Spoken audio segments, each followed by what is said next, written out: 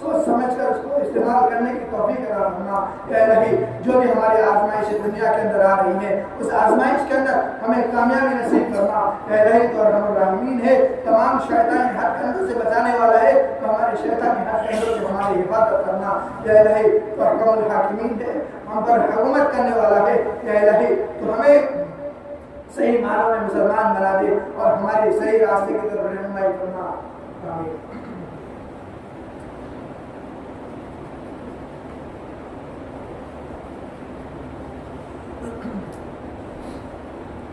إن الله وملائكته يصلون على النبي يا أيها الذين آمنوا صلوا عليه وسلموا تسليما اللهم صل على محمد وعلى آل محمد كما صليت على إبراهيم وعلى آل إبراهيم إنك حميد مجيد اللهم بارك على محمد وعلى آل محمد كما باركت على إبراهيم وعلى آل إبراهيم إنك حميد مجيد عباد الله رحمني ورحمكم الله إن الله يأمر بالعدل والإحسان وإيتاء ذي القربى وينهى عن الفحشاء والمنكر والبغي يعظكم لعلكم تذكرون اذكروا الله يذكركم ويستجب لكم ولذكر الله تعالى أكبر والله يعلم ما تصنعون